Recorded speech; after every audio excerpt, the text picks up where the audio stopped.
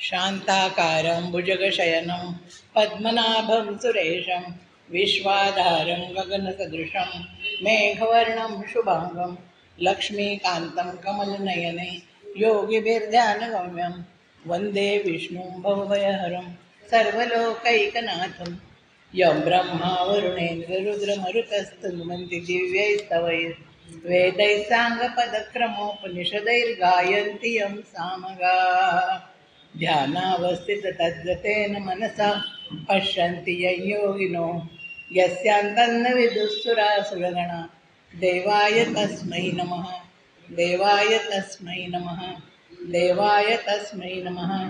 भगवान परमात्म्याला वंदन, देवकीपुत्र श्रीकृष्णाला वंदन, गीता धर्म मंडळाला वंदन आणि उपस्थित संत सज्जन श्रोत्यांना वंदन।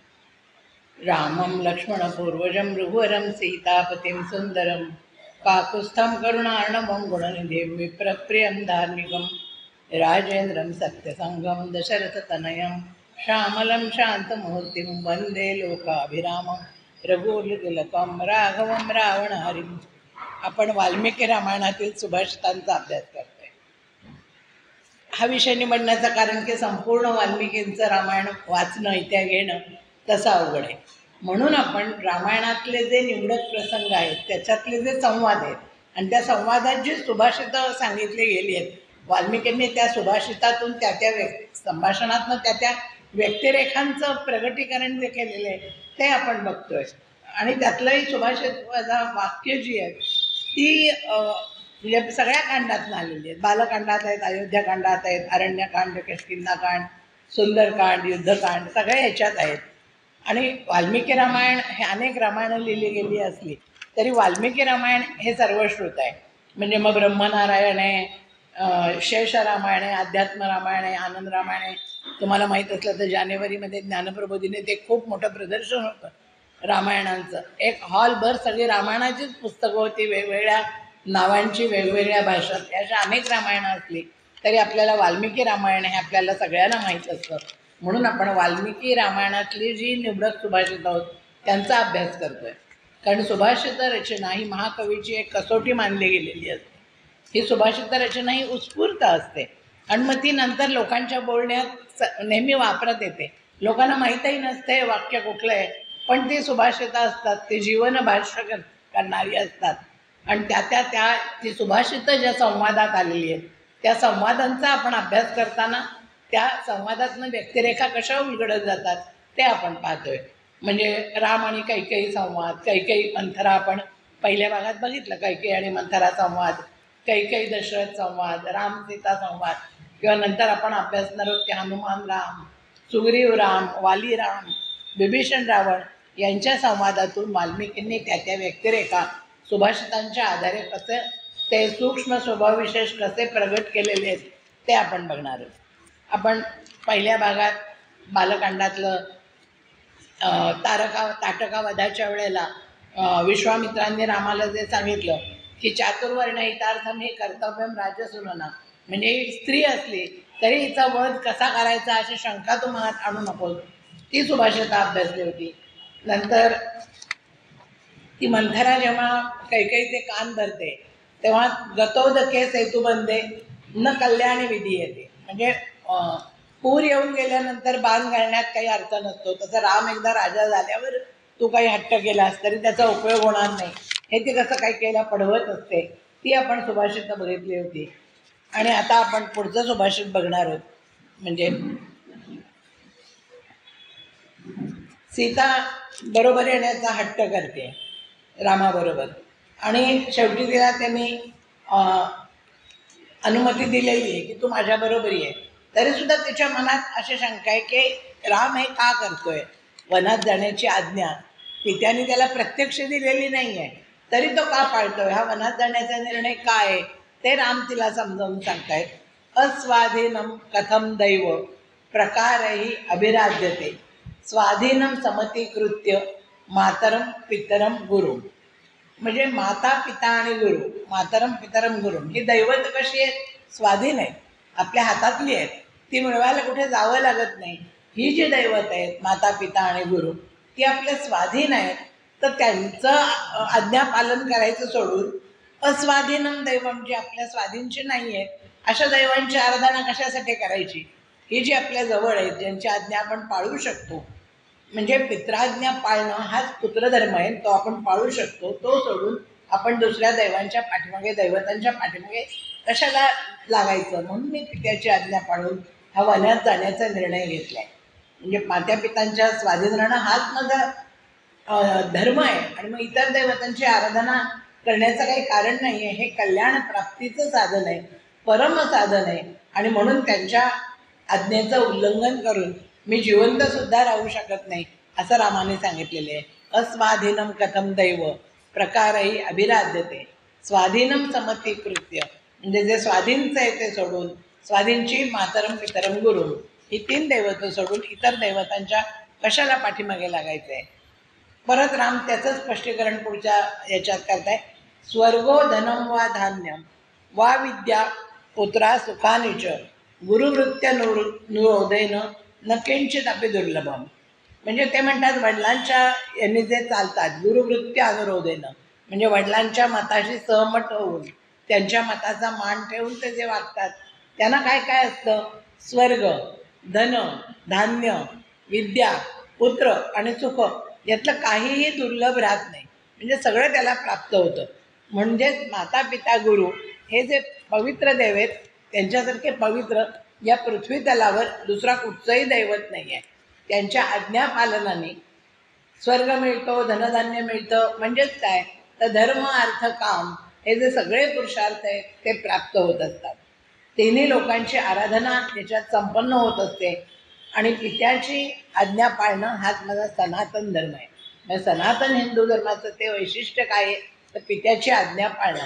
आणि तुला आत्तापर्यंत राम सीतेला तू माझ्याबरोबर येऊ नकोस अशी समजत होते, समजावणी करत होते, पण आता मात्र म्हणतायत तुझा माझ्याबरोबर येण्याचा विचार, न नेण्याचा विचार आता मी बदलला आहे, तर तू आता माझी अनुगामिनी होऊन माझ्याबरोबरच धर्माचं पालन कर. म्हणजे सत्य, दान, यज्ञ या सर्व साधनांच्या पेक्षा पितृसेवा ही श्रेष्ठ आहे आणि ती मी करणार आहे. पित्याची सेवा करणं हे कल्याण प्राप्तीचं साधन आहे आणि ते मी करणार आहे. तेव्हा आता तूही माझ्याबरोबर येऊ शकतेस, म्हणून त्यांनी तिला इथे अनुमती दिलेली आहे. आता राम जाणार हे नक्की झाल्यावर दशरथाचा जीव खालीवर व्हायला लागलेला आहे. म्हणून दशरथ श्रीरामांना आग्रह करतात की तू आणखीन 1 रात्र तरी राहा, अगदी आजच जाऊ नकोस, 1 रात्र राहण्याचा ते आग्रह करतायत. की कैकेयीला दिलेलं वरदान स्वतः ते मनाशी पस्तावतायत सारखे दशरथ. आणि राम तर त्यांना सत्यवादी बनवण्यासाठी त्यांची आज्ञा पाळून निघालेले आहे. तेव्हा तू आज निघू नकोस, उद्या निघ असं सांगितल्यावर राम त्याला उत्तर देतात. प्राप्स्यामी यानद्य गुणान कोमे शश्वास प्रदास्यती अपक्रमणमेवातः सर्व कामैरहं नृणे. म्हणजे राम दशरथांना म्हणतोय की मी ठरल्याप्रमाणे कैकेयीने जे मागणं केलं आहे त्याच्याप्रमाणे आजच वनात गेलो असता मला जे गुण प्राप्त होतील, म्हणजे मला जे सत्यवचन पाळण्याचं जे समाधान मिळेल ते मी उद्या गेलो तर मला मिळेल का? तुमच्या म्हणण्याला मान देऊन मी 1 रात्र राहिले तर ते उद्या मला मिळणार नाही समाधान. मला आजच निघायला पाहिजे. म्हणजे आजच इथून निघणं यातच सगळ्यांचे मनोरथ परिपूर्ण होणार आहेत. म्हणजे कैकेयीचे पूर्ण होणार आहेत. कैकेयीला दिलेलं वचन पाळण्यासाठी मला आज वनवासाला जाणं हेच जास्ती मान्य आहे. म्हणजे आजचं काम उद्यावर ढकलायची त्यांची ही नाही आहे. आज करायचो आज कर, हेच त्याचं आहे. आणि त्याच्या मागचं महत्त्वाचं कारण हे आहे की उद्या आजच जाणं याच्यात एक औचित्य आहे. आज त्याने हट्ट केला, आज लगेच निघालो, याच्यात औचित्य आहे. उद्या जाऊ म्हणणं याच्यात मनाचा कमकुवतपणा आहे. तो श्रीरामांच्या ठिकाणी नाही आहे. मनाचा कमकुवतपणा आहे. आणि कदाचित उद्या तिचं मन बदलेल सगळ्यांनी बोलून, मग आपल्याला वनात जायला लागणार नाही, असं थोडंसं सोयीस्कर त्याच्यात भाव आहे. आणि तो श्रीरामांना अजिबात नको आहे. मनाचा कमकुवतपणा त्यांच्याकडे नाहीच आहे. कैकेयीचं मन बदलतंय का ही वाट पाहण्याची सुद्धा त्यांना आवश्यकता वाटत नाही आहे. आणि तरी ते निघालेत. म्हणून श्रीरामांनी त्याच दिवशी लग्नाचा विचार पक्का केला आहे. कैकेयीला दिलेला वर पूर्ण करून पित्याला सत्यवादी ठरवण्यासाठी श्रीराम त्याच दिवशी निघणार आहेत. अपक्रमणमेवातः सर्व कामैरहं नृणे. म्हणजे मी आजच जाणं मी पसंत करतोय. मग श्रीराम म्हणतात की मला स्वतःसाठी किंवा आप्तांसाठी कधीच राज्य नको होतं, माझ्या आप्तांसाठी कधीच राज्य नको होतं. तर मी आपल्याला दैवतांचं दैवत मानतोय. पिता ही दैवतम तात देवता नामपि स्मृतम तस्मात दैवत नित्येव करिष्यामी पितुर्वचः. म्हणजे तुम्ही माझं दैवत आहात म्हणून मी आपल्या आज्ञेचं पालन करणार आहे. मला सुख भोग कशाचीही इच्छा नाही आहे, म्हणून तुम्ही त्याबद्दल आता अश्रू ढाळू नका. मला राज्य मिळत नाही म्हणून तुम्ही अश्रू ढाळू नका, कारण मी शांत आहे. त्यांनी सांगितलं आहे की सरिता स्वामी समुद्र कसा असतो, कधीही शुद्ध होत नाही, तसं वनात जाण्याच्या निर्णयाने माझ्या मनात कुठच्याही तऱ्हेची कळबळ माजलेली नाही आहे. त्यामुळे तुम्ही अस्वस्थ होऊ नका. किंवा आम्ही तिकडे गेलो की आम्हाला पाहण्यासाठी किंवा भेटण्यासाठी उत्कंठितही होऊ नका, कारण श्रीरामांना माहिती आहे आपला कालावधी मोठा आहे, 14 वर्ष राहायचं आहे आणि स्वाभाविक आहे की वडील उत्कंठित होतील आणि निघतील. म्हणून ते त्यांना सांगते की तुम्ही इथेच राहा, सगळ्यांना धीर द्या आणि आम्हाला पाहण्यासाठी तुम्ही विकल होऊ नका. आता आपल्याला माहिती आहे आपण हल्ली फोनवर बोलतो, पण त्याच्यापेक्षा पाहावंसं वाटणं, बोलून झाल्यावर पाहावंसं वाटणं, म्हणून हल्ली आपण नुसता व्हॉइस कॉलला आपलं समाधान होत नाही. मुलं परदेशात असली की आपल्याला सारखा व्हिडिओ कॉल करावासा वाटतो. तशीच अवस्था दशरथाची होईल. हे राम दशरथाचं मन जाणून आहे, म्हणून ते म्हणतात की तुम्ही आम्हाला पाहण्यासाठी किंवा भेटण्यासाठी उत्कंठित होऊ नका, तर तुम्ही इथल्या सगळ्यांना धीर द्या. त्या संपन्न वनात आम्ही आनंदाने राहू. तुम्ही मुळीच दुःखी होऊ नका, तर उलट तुम्हीच सर्वांना धीर द्या. कारण पिता ही दैवतम तात देवता नामपि स्मृतम, हे तुम्हीच माझ्या दैवतांच्या पेक्षा दैवत आहात. आता हे सगळं चालू असताना श्रीराम निघाले. दशरथ दुःखाने मूर्छित पडलेले आहेत. तेव्हा कैकेयी सोडून इतर राण्या सगळ्या रडायला लागले. तो सुमंतही मूर्छित होऊन पडलेला आहे.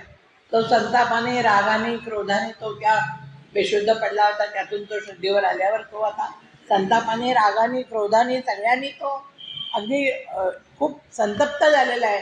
आणि तो आता कैकेयीला दूषणं देतोय की कैकेयी तू जे हे कुकर्म केलेलं आहे. तो क्रोधाने अगदी थरथर कापतोय, त्याच्या चेहऱ्यावरचे रंग बदलले आणि तो अत्यंत तीक्ष्ण स्वरात सुमंत, म्हणजे ती कैकेयी खरं म्हणजे राणी आहे, हा त्यांचा मंत्री आहे, तरी सुद्धा तो राणीला त्या बोलतोय की तू कुठलंही कुकर्म करू शकते, हे तू सिद्ध केलेलं आहे. तू कुठचंही कुकर्म करू शकते. तू पतीची हत्या करणारी आहे, तू कुलघातनी आहे, तू पती पालक वरदाता असा जो स्वामी आहे त्या पतीचा तू अपमान केलेला आहे. आणि म्हणून राजा दशरथ हे तुझे पती मालक आणि वरदाता आहेत, पण तू त्यांचा आता अपमान करू नकोस. इथे सुमंत म्हणताय माव संस्था दशरथम भरतारम वरदम पतिम भर्तृच्छा ही नारीणाम पुत्र कोट्या विशिष्यते. म्हणजे तुझे ते पती आहेत, पालक आहेत, वरदाता आहेत, तू त्यांचा अपमान करू नको. माव संस्थान मा अवसंस्थान, म्हणजे पतीला इच्छेला धरून वागणं हे स्त्रियांना कशापेक्षा अधिक आहे, तर पुत्र कोट्या विशिष्टते. 1 कोटी पुत्र होण्यापेक्षा नवऱ्याची मर्जी राखणं हे स्त्रियांसाठी जास्त महत्त्वाचं आहे, असं त्यांनी सांगितलेलं आहे. आणि तू पतीचा हा सगळं तुझ्या वागण्याने अपमान केलेला आहे. असं सुमंत थोडीशी आपली त्याची पायरी सोडून, ती जी महाराणी आहे कैकेयी, तिला बोलतोय की माव संस्थाम दशरथम भरतारम वरदम प्रति मा अवसंस्था, म्हणजे त्यांचा तू अपमान करू नको. पुढे सुमंत कैकेयीला अजून दूषणं देत आहे की दशरथाने कैकेयीच्या इच्छेप्रमाणे खरं वागणं हे अयोग्य आहे असं दशरथाला वाटतंय. ही काही जरूर नव्हती दशरथांनी तिच्या म्हणण्याप्रमाणे वागण्याची. म्हणून ते कैकेयीला म्हणतायत आम्रम चित्वा कुठारेन निंबम परिचरेत तुका यथैनम परसा पयसा सिंचन एवास्य मधुरो भवे. म्हणजे आंब्याचं झाड आहे, ते कुऱ्हाडीने तोडून टाकलं आणि त्याच्या जागी काय लावलं, कडुलिंबाचं झाड लावलं. मग त्या कडुलिंबाच्या झाडाला पाणी घातलं, अगदी दूध घातलं, तरी त्या कडुलिंबाचे जे रस असेल तो गोड असेल का? त्या कडुलिंबाचा रस तो कडूच असणार. म्हणून तू वरदान मागून घेण्याच्या इच्छेने श्रीरामाला वनात जे पाठवतोयस ना, मनात जे पाठवतोय ते तुझं वागणं म्हणजे कडुलिंबाच्या झाडाप्रमाणे. आणि दशरथांनी जडू काय, ते कडुलिंबाचं झाडच तुझ्या रूपाने इथे आणून लावलेलं आहे. आणि त्याचे हे कधीही चांगली होणार नाही आहे, त्याचा परिणाम चांगला होणार नाही आहे. म्हणजे सुमंत इथे कैकेयीला कडक शब्दात दूषणं देतोय, सुनावतोय आणि तुझ्या या मर्यादाहीन असं तुझं कर्म केलेलं आहे त्या अत्याचाराने पृथ्वी सुद्धा दुभंगून जाईल असं तुझं हे वागणं आहे आणि तुझा कसा नाश होत नाही अजून, याचंच मला आश्चर्य वाटतंय असं सुमंत तिथे म्हणते. म्हणजे राजा दशरथाने कैकेयीला जे पट्टराणीचं स्थान दिलं ते म्हणजे सुमंताच्या मते त्यांनी आंब्याचं झाड म्हणजे कौसल्या बाजूला सारून तिथे कडुलिंबाच्या झाडाची स्थापना केलेली आहे. तिने लाड केलेले आहेत, तिला सुखात ठेवलं आहे, पण ती शेवटी आपल्या स्वभावावरच गेली आहे आणि कडुलिंबाप्रमाणेच वागली आहे असं सुमंत म्हणतायत. आम्रम चित्वा कुठारेण निंबम परिचरेत तू पहा, असं दशरथाचं ते वागणं झालेलं आहे.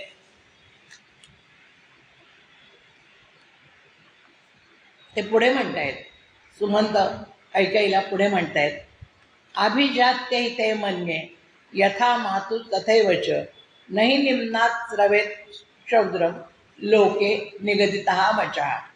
धिक्कार करतायत सुमंत सारथी कैकेयीचा धिक्कार करून म्हणतायत अभिजात्य. अभिजात्य म्हणजे कुलीनपणा, पण इथे सुमंत कुलीनपणा हे उपासाने म्हणतोय की तुझ्यात कुठला आलाय कुलीनपणा असं त्यांना म्हणायचंय. पण ते म्हणतायत मात्र हा तुझा जो कुलीनपणा आहे ना तो तुझ्या यथा मातूच तथैवच तुझ्या आईच्या कुलीनपणासारखाच आहे. तुझा जो कुलीनपणा आहे अभिजात्य ते तुझ्या आईच्या कुलीनपणासारखंच आहे. आणि परत ते म्हणतायत की कडुलिंबाच्या झाडापासून कधीही मध मिळत नाही, कधीही गोड मध कडुलिंबाच्या झाडापासून मिळत नाही. म्हणजे कैकेयी ही आधी अश्वपतींची कन्या कैकेयी देशाच्या याची होती. तिची आई लवकर गेल्यावर त्या मंथनेने तिचं संगोपन केलं होतं. पण जुनी त्याच्याही आधीची आठवण काढून सुमंत तिला सांगतायत की तुझी आई कशी दुराग्रही होती, हट्टी होती, दुष्ट होती, तशीच तोही आहे. आणि मग ते एक कथा ते सांगतायत सुमंत की त्याचे एका साधूने त्या कैकेयीच्या पित्याला वर दिला होता की तुला प्राण्यांची भाषा कळेल, पण तुला जे काय कळेल ते तू कोणाला सांगू नको, तसं केलंस तर तुला मरण ओढवेल. आणि मग एकदा तर कैकेयी आणि त्याची बायको गप्पा मारत बसलेले असताना तिथे जृंभ पक्ष्यांचा संवाद सुरू होता आणि तो त्या कैकेयी राजाने ऐकला आणि त्याचं बोलणं समजून घेऊन त्यांना हसू आलं. आणि ते हसल्यावर त्या कैकेयीच्या आईला असं वाटलं की ते तिलाच हसतायत, आपल्या बायकोलाच हसतायत. म्हणून तिने कारण विचारलं की तुम्ही का हसताय. तर राजा म्हणाला नाही मी ते कारण तुला सांगू शकत नाही, कारण मी जर ते सांगितलं मी का हसलं होते तर माझं मृत्यू ओढवणार आहे, म्हणून मी तुला ते सांगू शकत नाही. त्याच्यावर कैकेयीच्या आईने ते जाणून घ्यायचा हट्ट केला, नाही मला सांगाच तुम्ही का हसलात ते, आणि तुम्ही मग मला सांगितल्यावर तुमचं मरण ओढवलं तर ओढवू दे, तुम्ही जगा किंवा मरा, पण मला ते कारण कळलंच पाहिजे की तुम्ही मला हसलात का काय केलं. मग राणीने असा हट्ट धरल्यावर ते त्या साधूकडे गेले ज्यांनी त्यांना वर दिला होता ते, आणि त्यांना सांगितलं की आज असा राणीने हट्ट धरलाय, मी आता काय करू. तर त्या साधूने सांगितलं की महाराज असली राणी असली काय आणि नसली काय, ते राणी मरू दे नाही तर घरातनं निघून जाऊ दे, पण तुम्ही ही गोष्ट तिला कधीही सांगू नका, कारण मी जो वर दिलाय त्याच्यात तुम्हाला सांगितले की तुम्ही ते कोणाला सांगितलं तर तुमचं मरण ओढवेल. ते ऐकून कैकेयीचे पिता घरी आले आणि त्यांनी त्या आपल्या पत्नीला घराबाहेर काढलेलं होतं. तर ती तुझी आई जशी दुष्ट होती तशीच तू सुद्धा दुष्ट आहेस असं सुमंतांनी इथे कैकेयीला सांगितलेलं आहे की तू तुझ्या आईप्रमाणेच, आणि हा तुझा कुलीनपणा आहे अभिजात्य. उपासाने म्हणताय अभिजात्य इथे म्हणणे यथा मातूच तथैवच, तुझ्या आईच्या कुलीनपणासारखाच तुझा कुलीनपणा आहे, मी तिच्या अधमपणासारखाच तुझा हा अधमपणा आहे. सुमंत पुढे बोलतायत, सत्यश्चात्र प्रवादोयम लौकिका प्रतिभाती मा पितृन समनुजायन्ते नरा मातरमंगनाः. म्हणजे सुमंत कैकेयीला म्हणतायत की पुरुष म्हणजे सगळी मुलं ही आपापल्या पित्याप्रमाणे होतात आणि स्त्रिया म्हणजे मुली असतात त्या आपल्या आईप्रमाणे होतात, असं जे मी ऐकलं होतं. असे जे लौकिका म्हणजे असं जे लौकिक ही म्हण आहे याची सत्यता मला या तुझ्या आचरणावरनं अगदी खरोखरच पटती आहे. अगदी 16 आणे हे जे म्हटलं जातं की मुली आईसारख्या होतात आणि मुलं वडिलांसारखं होतात, हे अगदी सत्य आहे, हे आता मला पटतंय. कारण दुर्जन अशा आईची तू मुलगी, त्यातून आई गेल्यावर तुला सांभाळायला मिळाली ती मंथरा, तिच्यापेक्षा आणखी दुष्ट. त्यामुळे त्या तिच्या नादी लागून तू जे हे मोहवश झाली आहेस आणि अत्यंत अनुचित असा आग्रह तू धरलेला आहेस, त्यावरून कळतंच आहे की तू आपल्या आईसारखी वागतेस. आणि म्हणून मुलं पित्याप्रमाणे वागतात आणि मुली मातेप्रमाणे वागतात. ही लोकोक्ती मला 16 आणे पटलेली आहे. त्याला असं म्हणायचं आहे की तू असं वागू नकोस, तू राजाकडनं त्या वचनपूर्तीची अपेक्षा करू नकोस. पण काही काही अर्थातच ते ऐकणार नाही आहे. म्हणून हे म्हण, काय म्हण आहे ते वापरून हे सुभाषित सुमंतांनी तिला ऐकवलेलं आहे. सत्यश्चात्र प्रवादोयम लौकिका प्रतिभातिमा पितॄन् समनुजायन्ते नरहा, म्हणजे नरहा पितॄन् समनुजायन्ते, मुलं वडिलांप्रमाणे वागतात. मातरम अंगना, अंगना म्हणजे स्त्रिया, मातरम आईप्रमाणे वागतात. आता श्रीराम आणि सीता निघण्याची वेळ झाली आहे, तेव्हा लक्ष्मण आणि राम यांचा संवाद आहे. लक्ष्मण म्हणतायत, नच सीता त्वया हिना न चाहमपि राघव मुहूर्तमपि जीवो जलात मस्त्यात विवोधृतव. म्हणजे लक्ष्मण म्हणतात ते सीतेचं अंतःकरण जाणून घेत आहेत, कारण त्यांच्या पण मनाची अवस्था तशीच झालेली आहे की रामाशिवाय त्यांनाही राहायचं नाही आहे. त्यामुळे सीतेची अवस्था काय झाली असेल ते मी ओळखतो असं त्यांना म्हणायचे. सहृदयी आहेत ते म्हणतात, हे राघवा, उदकातून बाहेर काढलेले मासे जलात विवधृतव मत्स्यान, पाण्यातून मासे बाहेर काढले तर ते कसे जिवंत राहू शकत नाही, अशक्य आहे. पाण्यातनं बाहेर काढलेले मासे जिवंत राहणं हे जसे अशक्य आहे, तसाच तुमचा वियोग झाला असता सीता किंवा मी कोणीही जिवंत राहू शकणार नाही. म्हणजे लक्ष्मण इथे स्वतःवरून त्या सीतेचं मन पण ओळखतायत, म्हणून ते दोघांचं सांगतायत मनस्थिती काय आहे ती. नच सीता त्वया हिना, तुझ्याशिवाय, नचाहमपि राघव, आणि मी सुद्धा, मुहूर्त नपि जीवावं, एक क्षणभर सुद्धा जिवंत राहणार नाही. कसे तर पाण्यातून बाहेर काढलेल्या माशाप्रमाणे. आता त्यांचा जो प्रधान आहे तो दशरथाला इथे सांगतायत. म्हणजे आता राम निघालेले, दशरथाला साहजिकच रामाचं गुणगान कोणीही केलं तरी ते प्रियच आहे. म्हणून तो दशरथाला त्याचा प्रधान हा मर्यादा पुरुषोत्तम राम तसा सर्वगुण संपन्न आहे. ते पुढे सांगतायत, नै कंचन पश्याम राघवस्या गुणोमयम दुर्लभो यस्ते निरया शशांकस्येव कल्मषम. म्हणजे तर प्रधान सिद्धार्थ आहेत, ते म्हणतात राघवाच्या ठिकाणी आम्हाला कोणताच दोष दिसून येत नाही. नाही कंचन पश्याम राघवस्य अगुणम वया, एकही त्यांच्यात दुर्गुण आम्ही कधी बघू शकत नाही. आणि ते कसं आहे, कसं तर शुक्ल पक्षातल्या चंद्रात जशी मलिनता नसते, शशांकस्येव कल्मषम, चंद्राच्या ठिकाणी मलिनता असते ती कृष्ण पक्षात तो मलिन होत जातो. शुक्ल पक्षातला जो चंद्र दिसतो तो कसा, जशी मलिनता कुठे नसते, फक्त तेजस्वी असते, तशीच श्रीरामांच्या ठिकाणी कुठच्याही तऱ्हेचं पाप अपराध शोधूनही सापडत नाहीत. ते तसेच शुक्ल पक्षातल्या चंद्राप्रमाणे ते तेजस्वी आहेत, गुणगान आहेत, असं त्यांचं वर्णन दशरथांचा प्रधान त्यांच्याजवळ करतोय. आता राम निघाल्यावर दशरथांनी त्याच्याबरोबर सेवक, लवाजमा, सैन्य असं सगळं देण्याची तयारी दर्शवलेली आहे. तेव्हा राम दशरथांना म्हणताय, यो हि दत्वा द्विपश्रेष्ठ कक्षाम्यां कुरुते मन रज्जु स्नेहेन किंतस्य त्यजतः कुंजरोत्तमम. म्हणजे आता राज्य सोडून मी वनात निघालोय, तेव्हा आपण माझ्याबरोबर हे पाठवताय, हे जे अनुयायी पाठवताय, लोक पाठवतायत, नोकर चाकर आहेत, त्यांचा मला काय उपयोग आहे. आणि याच्यासाठी ते दृष्टांत देत आहेत दशरथांना की कुंजरोत्तमम, म्हणजे अगदी अतिशय श्रेष्ठ असा हत्ती दान केला तर त्याच्याला हत्तीला बांधायची दोरी असते, ती कोणी काढून येईल का? त्या दोरीचा काही उपयोग आहे का एवढा मोठा हत्ती दान केल्यावर? म्हणजे त्या दोरीवर मन जाणं, हत्तीदान करून झाल्यावर ते दोरीत मन गुंतणं हे आश्चर्यच आहे. कारण उत्तम हत्तीचा त्याग केल्यावर त्या दोरीशी काय करायचं आहे? तसं मी राज्य सोडून निघाल्यावर मला या लवाजम्याशी काय करायचं आहे?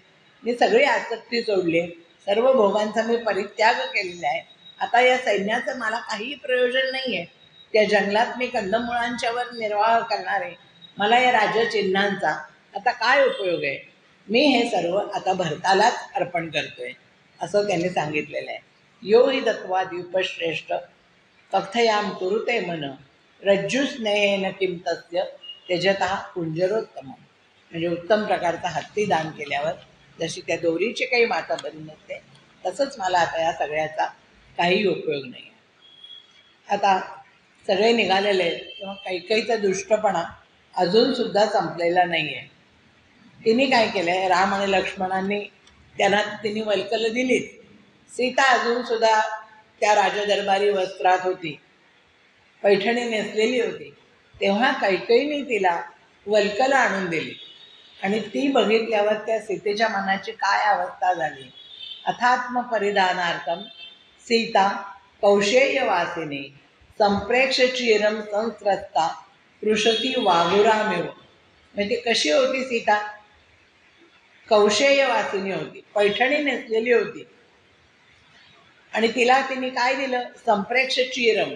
चीर म्हणजे वस्त्र जेव्हा आणून दिली परिधान करण्याकरता, सीतेने ती कधी जन्मात पाहिलेली नव्हती. ती जरी भूमिकन्या असली तरी ती राजाची, जनकाची मुलगी म्हणून राजकन्यासारखीच ती ताटात लाडाकोडात वाढलेली होती. तिच्या अंगाला कधी जाड्या बरड्या वस्त्रांचा स्पर्शही झालेला नव्हता. आणि ही कैकेयीच्या दुष्टपणाची तिने परिसीमा केलेली होती की वल्कला आणून ती नेस, असं तिला सांगितलं होतं. त्यामुळे सीता भ्यायली. आणि किती भ्यायली त्याच्याकरता वाल्मिकींनी उपमा दिलेली आहे, पृषती वाघुरामेव. पृषती म्हणजे हरिणी, ती वाघुरं म्हणजे जाळं. शिकाऱ्यांनी पसरलेलं जाळं बघितल्यावर ती हरिणी जशी भीते, तशी ही सीता संत्रस्ता झाली, अगदी कोमेजून गेली आणि भयभीत झाली. म्हणून तिला हरिणीची उपमा दिलेली आहे. आणि पुढील 14 वर्ष ही अशीच जाडीबरडी टोचणारी वस्त्र नेसून आपल्याला दिवस काढायचे, या विचाराने सीता अस्वस्थ झाली. म्हणजे कैकेयीचा दुष्टपणा आणि सीतेच्या मनाची घालमेल, असं या एकाच सुभाषितात त्या हरिणीची उपमा देऊन वाल्मिकी मुनींनी स्पष्ट केलेली आहे. अथात्म परिधानार्थम सीता कौशेयवासिनी संप्रेक्ष चिरे संस्रस्ता पृषती वाघुरामेव. वाघुरा म्हणजे जाळं. जाळं बघून हरिणी कशी भयभीत होईल तशी ती झाली. आता सीतेने राज्य करावं असा एक विचार त्यावेळेला वशिष्ठ ऋषींनी मानलेला आहे. ते राजदरबारातल्या महत्त्वाच्या स्थानावर होते, गुरु होते त्या घराचे. तर ती सीतेने कैकेयीने वल्कला आणून दिल्यावर सीतेला ती नेसता सुद्धा येत नव्हती. तेव्हा श्रीरामचंद्रांनीच स्वतःच्या हाताने तिला ती नेसवलेली आहेत वल्कलं. आणि ते बघून ते वशिष्ठ ऋषी अगदी अस्वस्थ झालेत, सद्गतीत झालेत. त्या राजघराण्यातल्या सुनेची ती अवस्था बघून त्यांच्या डोळ्यात पाणी आलंय आणि त्यांनी कैकेयीला सुनावलंय. वशिष्ठांनी काय म्हणाले? वशिष्ठ, आत्मा ही दारा सर्वेषां दार संग्रहवर्तीनां आत्मेयमिति रामस्य पालयिष्यति मेदनी. म्हणजे या गृहस्थाच्या ज्या पत्नी असतात त्या त्यांचा अर्धांग असतात आणि सीतादेवी या सुद्धा रामांच्या अर्धांग आहेत, म्हणजे त्यांचा आत्माच आहेत. म्हणून श्रीरामांच्या जागी त्याच राज्याचं पालन करू शकतात. म्हणजे आत्मेयमिति रामस्य पालयिष्यति मेदिनीं. हे जे राज्य आहे, पृथ्वी आहे, त्याचं पालन सीताच करणं, सीतेनेच करणं योग्य आहे. कारण त्या त्यांच्या अर्धांगी आहेत, त्या राज्यावर तिचाच अधिकार आहे.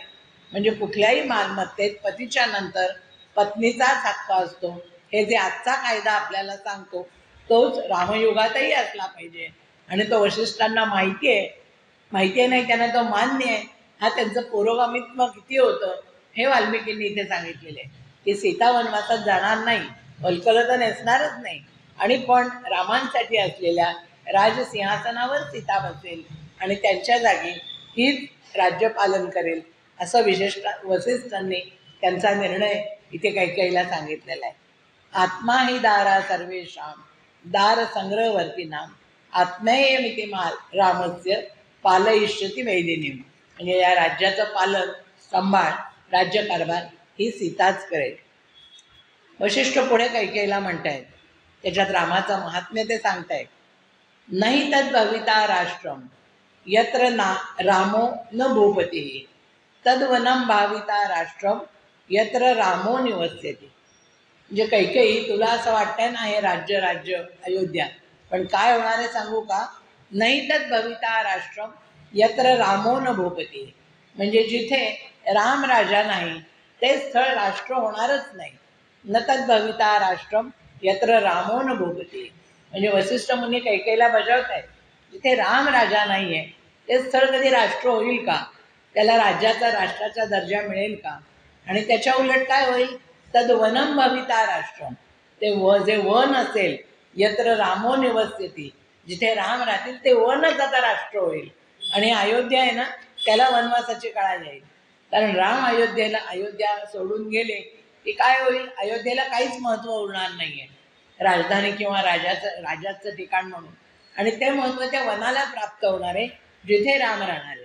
कारण राम आपल्या पत्नीसह वनात गेले की राज्यातले नगरातले सर्व लोक आपापलं धन दौलत ते जे काय आवश्यक असेल तेवढं घेतील आणि स्वतःची घरदारं इथे सोडून ते पण सगळे वनात निघून जातील. भरत आणि शत्रुघ्न सुद्धा वल्कल धारण करून रामाच्या पाठोपाठ वनात जातील आणि तिकडेच राहतील. आणि हे कैकेयी इथे फक्त तू एकटी उरशील, मग अशा निर्जन आणि ओशाड अशा झालेल्या अयोध्येवर कर तू राज्य.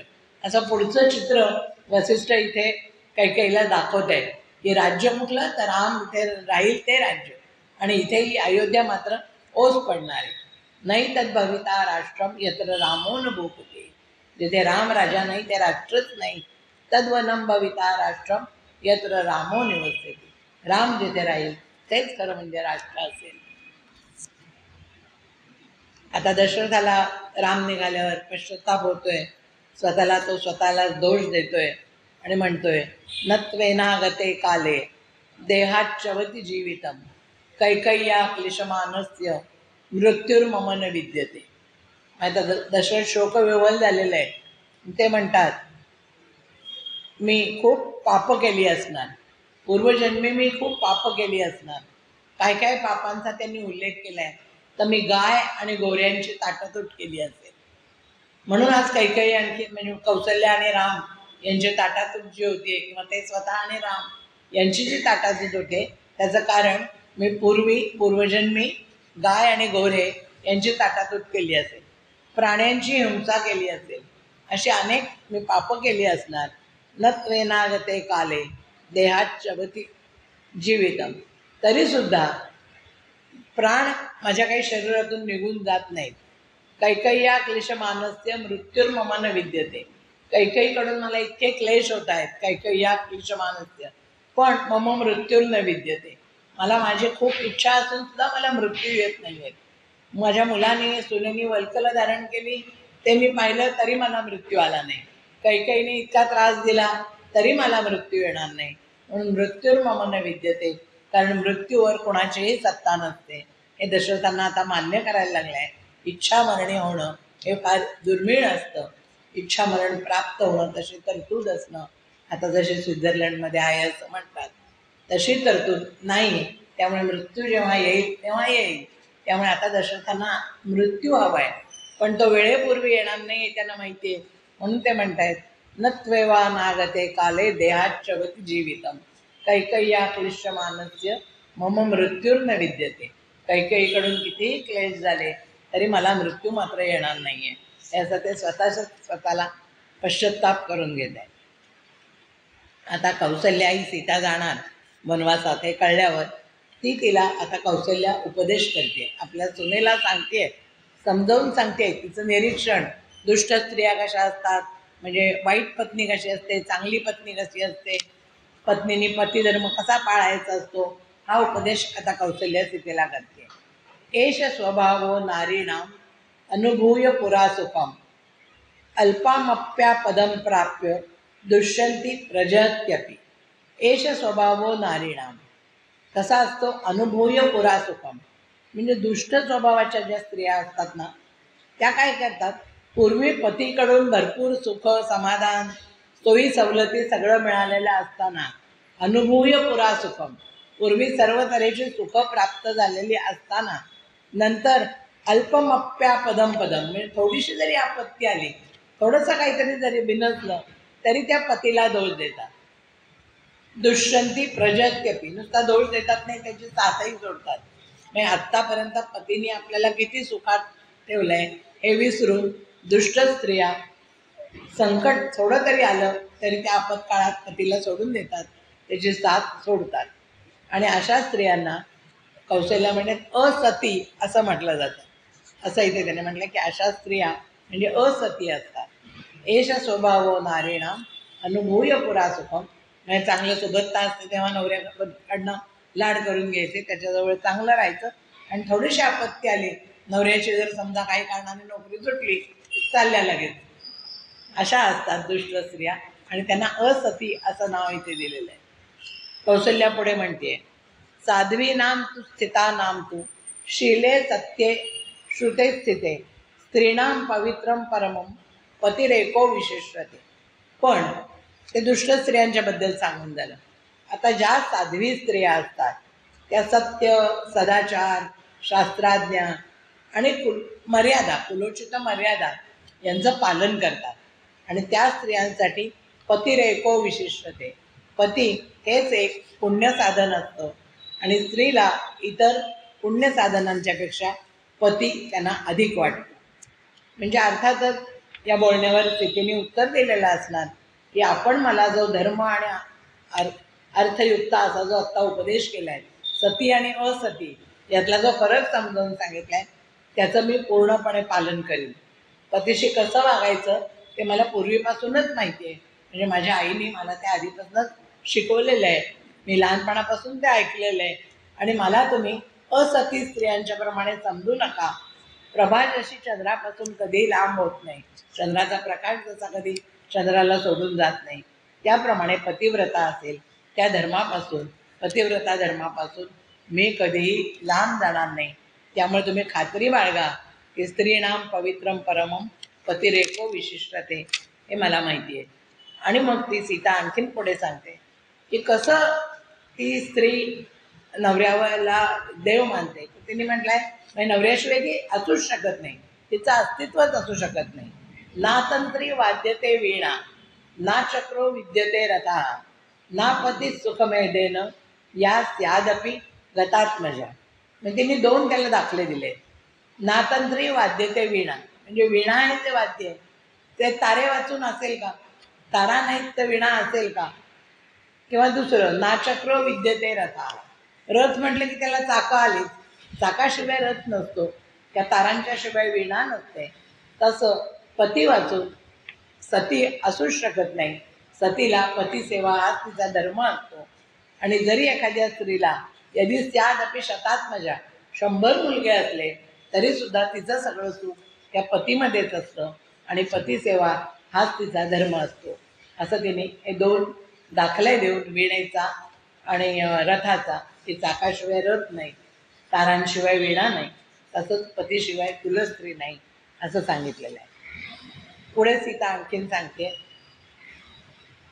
मितम ददाते ही पिता मितम भ्राता मितम सुतः अभितस्य तू दातारम भरतारम कान पूजयेत. म्हणजे त्या पतिसेवेचा जो उपदेश कौशल्याने केलेला आहे त्याला सीता उत्तर देते की स्त्रियांना अनेक गोष्टी अनेकांच्याकडनं मिळत असतात. पित्याकडून मिळतात, भावाकडून मिळतात, पुत्राकडून मिळतात. मितम ददाते ही पिता, पण जे काय असतं ते परिमित असतं, अपरिमित नसतं. पिता जे देतो, मितम भ्राता मितम सुतः, म्हणजे मुलगा, भाऊ किंवा वडील जे काय देतात ते परिमितच असतं. पण अपरिमित देणारा असा एक पतीच असतो. अपरिमित सुदातारम भरतारम कान पूजयेत. मग अशा पतीची सेवा करायची नाही तर कुणाची सेवा करायची? तेच सती स्त्रीचं लक्षण आहे. आणि अशा सेवेनीच तिचं इहलोक आणि परलोक दोन्हीतही कल्याण होत असतं. असं म्हणजे कौशल्यानी पतिसेवेचे धडे दिल्यावर सीतेने नम्रतेने त्याच्यावर हे उत्तर दिलेलं आहे. ती जाणून आहे की पिता, भ्राता आणि पुत्र यांच्यापेक्षा पतीचा सहवास हा जास्ती महत्त्वाचा असतो. मितम ददाती ही पिता मितम भ्राता, मितम म्हणजे परिमित, मितम सुतः अमितस्य तू दातारम भरता कान पूजये. सीता अजून पुढे पतिमात्म्य सांगते, सावेहम गता श्रेष्ठा श्रुतधर्म परावरा आर्य किम वन्ययम स्त्रिया भर्ताहि दैवतम. ती कौशल्याला सांगते, मी श्रेष्ठ स्त्रियांच्याकडून, माझ्या माहेरच्या आणि माझ्या मातेकडून स्त्रियांच्या धर्माबद्दल श्रवण केलं आहे की पतिसेवा कशी करायची ते. पातिव्रत्याचं महत्त्व मला माहिती आहे आणि मग मी पतीचा अवमान कसा बरं करेन.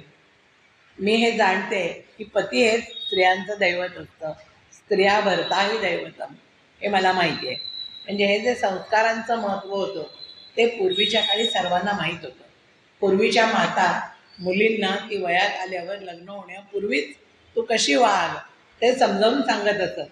सासरी कसं वागायचं, नवऱ्याशी कसं वागायचं, ते त्यांना सगळ्यांचा आदर कसा ठेवायचा ते सांगत असत. आणि आपल्यापैकी बऱ्याच जणांनी रुक्मिणी स्वयंवर एकनाथांचा वाचलेला असेल. त्याच्यात इतका बारीक सारीक उपदेश केलेला आहे. आणि मला आठवतं पूर्वीच्या काळी लग्न होणाऱ्या मुलींना त्यांच्या घरातल्या स्त्रिया ते रुक्मिणी स्वयंवर वाचायला सांगायच्या. म्हणजे मला आठवतं आहे माझी मावशी लग्नाची होती तेव्हा माझी आजी रोज तिला म्हणायची, आधी आज रुक्मिणी स्वयंवर वाच. इतक्या त्याच्यात बारीक बारीक सूचना त्या रुक्मिणी स्वयंवरात उपवर मुलीला केलेले आहेत. ते संस्कार होते. ते पूर्वी म्हणजे सीतेच्या काळात पण ते केलेले होते आणि आत्तापर्यंत आपण बघतोय, म्हणजे आपल्या मागच्या पिढीपर्यंत म्हणूया, ते संस्कार घरातल्या वडीलधाऱ्या स्त्रिया आपल्या मुलीवर करत असत. म्हणजे मला त्यातली अगदी एक आमची मावशी म्हणायची त्यातली ओळही आठवते की काय, असं होतं तुझ्या नणदा आहे वा, तू दैत जा पाठ पिढे बसाया. म्हणजे तुझ्या नंदांना सदैव सौख्य लागू दे, सौभाग्य लागू दे आणि त्या माहेरी येतील तेव्हा तू त्यांच्याशी नीट वागत जा, त्यांचा नीट मान ठेवत जा. तू दैत जा पाठ पिढे बसाया. त्या रुक्मिणी स्वयंवरातला अशा अनेक ओळी सगळ्या मुलींच्या तेव्हा तोंडपाठ असायच्या, कारण ते संस्कार असायचे. आता या सगळ्या गोष्टी आज कालबाह्य झालेल्या आहेत आणि पती आज परमेश्वर हा विचार पण आता जुना झालेला आहे. पण ते सगळं सीता म्हणते की मला हे सगळं माहिती आहे, मला ते माझ्या आईने शिकवलेलं आहे. स्त्रिया भर्ताहि दैवतम हे मला माझ्या आईने शिकवलेलं आहे. आता सुमित्रा लक्ष्मणाला काही संदेश देते. लक्ष्मण पण रामाबरोबर निघालेला आहे. तेव्हा सुमित्रा सांगते आहे लक्ष्मणाला, रामम दशरथम विद्धी माम विद्धी जनकात्मजा अयोध्या अटवीम विद्धी गच्छ तात यथा सुखम. म्हणजे तो आता चाललाय रामाबरोबर, तू चाललायस तर तू काय कर, रामम दशरथम विद्धी. म्हणजे तू राम हा दशरथच आहे, म्हणजे पिताच आहे असं समजून त्या राजाच्या भावनेनी त्याची सेवा कर. माम विद्धी जनकात्मजा. जनकात्मजा म्हणजे सीता आहे ती माझ्या जागी आहे असं समज, म्हणजे तुझी आईच आहे असं समज. अयोध्या अटवीम विंदी. अटवी म्हणजे ते अरण्य, ते अरण्य म्हणजे अयोध्या आहे असं समज. आणि गच्छ तात यथा सुखम. आणि तू सुखाने वनात जा. म्हणजे ती सुमित्रा स्वतःचं मन घट्ट करून आपल्या मुलाला उपदेश देते की तू वनात निघालाय तर वन आहे आता अयोध्या नगरीच आहे असं समज. राम वडिलांच्या जागी आहे असं समज. सीता माझ्या जागी म्हणजे आईच्या जागी आहे असं समज आणि सुखाने वाढ. म्हणजे पूर्वीच्या काळी मोठे भाऊभाऊजे हे आईवडिलांच्याच इतके पूज्य मानले जात होते आणि आईवडिलांची सेवा करण्यासाठी त्यांचा अनुचर म्हणून तू जातोय हे तू लक्षात ठेव की त्यांचा तू अनुचर म्हणून जातेस. आणि अरण्यातील वनातील कष्टांचा तू भाऊ करू नकोस. सुखाने जा. गच्छ तात यथा सुखम. प्रतिकूल परिस्थितीत सुद्धा तू आनंदी राहा असं इथे सुमित्रा आपल्या मुलाला सांगते. रामम दशरथम विद्धी माम विद्धी जनकात्मजा अयोध्यामटवीम विंदी गच्छ तात यथा सुखम. आता ते प्रजाजन आहेत ते सगळे काय करतायत, सीता निघाली आहे ते सीतेची स्तुती करतायत. ते सीता श्रीरामांच्या बरोबर वनवासाला निघाली आहे तेव्हा प्रजाजन म्हणतायत, कृतकृत्याय वैदेही छायेव अनुगता पतिम न जहाती रथा धर्मे मेरू मर्क प्रभायथा. म्हणजे सीता आता वनवासाला निघाली आहे तेव्हा प्रजाजन म्हणतायत की पतीलाही अनुसरते, जणू काही ती छायाच आहे त्यांची, सावलीच आहे, त्यांच्या मागोमाग जाते. जेथे राघव तेथे सीता म्हणून ती पाठोपाठ जाते. ती खरोखर धन्य आहे, कृतकृत्य आहे, ती धन्य आहे. कारण यथा मेरू मार्क प्रभा त्यांनी उपमा दिली आहे की मेरू पर्वताला जसं कधी सूर्यप्रकाश तोडत नाही, सूर्यप्रकाश नेहमी त्या मेरू पर्वतावर असतो. कारण हिंदू पुराणांच्या नुसार मेरू पर्वत हा विश्वाचा केंद्रबिंदू मानला गेलेला आहे. सर्वात उंच आहे, विश्वाचा केंद्रबिंदू आहे आणि तिथे देवांचं वसतिस्थान आहे आणि तो प्रकाशाने नेहमी असा परिपूर्ण असा असतो. म्हणजे ज्याला आज सेंटर ऑफ युनिव्हर्स म्हटलेलं जातं, तसा तो विश्वाचा केंद्रबिंदू मेरू पर्वत, त्याला कसा प्रकाश कधीही सोडत नाही, तसंच ही धर्माटनी वागणारी, धर्माच्या ठिकाणी रत असलेली सीता आपल्या पतीला कधीही सोडून जाणार नाही असं प्रजाजन तिचं कौतुक करते. म्हणजे सीता वनात जाणं टाळू शकली असते, तिला काही ती शिक्षा दिलेली नव्हती कोणी. खुद्द श्रीरामच तिला तसं सांगत होते, तू येऊ नको, तिला कोणी सक्ती केलेली नव्हती. पण तरी ती पतीच्या बरोबर त्याची छायाच असल्यासारखी जणू ती त्याच्या मागोमाग निघालेली होती. म्हणून प्रयोजनांनी इथे सीतेचं कौतुक केलेलं आहे, तिची स्तुती केलेली आहे. कृतकृत्या आई वैदेही छायेवानुगता पतिम न जहाती रता धर्मे मेरू मर्क प्रभा यथा. मेरूला जसं, मेरू पर्वताला जसं तो सूर्याची प्रभा कधी सोडत नाही, तसंच ही कधीही धर्म सोडत नाही आणि आपल्या पतीच्या पाठोपाठ ती निघालेली आहे. आता कौशल्याची स्थिती काय झाली आहे ती आपण फक्त बघूया. राम निघाले, सीता निघाले, लक्ष्मण निघाले, कौशल्याला सुद्धा आता त्यांच्या मागोमाग जावं असं वाटायला लागलेलं आहे. मग त्या कौशल्याची स्थिती कशी झाली आहे. प्रत्यागार मिवायांती सवत्सा वत्स कारणात बद्धवत्सा यथा देनू राम माताभ्य धावत. म्हणजे राम वनवासाला निघाल्यावर कौशल्या त्यांच्या पाठोपाठ धावायला लागली, जायला लागली. म्हणून वाल्मिकीने उपमा दिलेली आहे, घरात वासरू बांधून ठेवलेलं असतं गोट्यात, बद्धवत्सा. म्हणजे गाय व्यायली की थोड्या दिवसांनी ती चरायला जाते, पण ते वासरू लहान असतं अजून कुठल्याही म्हणजे रानावनात. सो म्हणून घरची माणसं वासराला गोट्यातच बांधून ठेवतात आणि गाय मात्र तिची परत यायची वेळ झाली की ती सुसाट धावत सुटते. तिला पानं फुटायची वेळ झालेली असते ना, आपल्या त्या वासराजवळ कधी जाऊ असं तिला झालेली असते. त्यामुळे ती गाय घरात बांधलेल्या वासरासाठी जशी धावत घरी येते, तशी आता ही राजमाता कौशल्या रामाच्या मागे धावायला लागलेली आहे असं वाल्मिकी ऋषी. म्हणजे वाल्मिकी प्रत्येक गोष्टीला दुसरं काहीतरी उदाहरण देतात, प्रत्येक गोष्टीला काहीतरी दाखला देतात.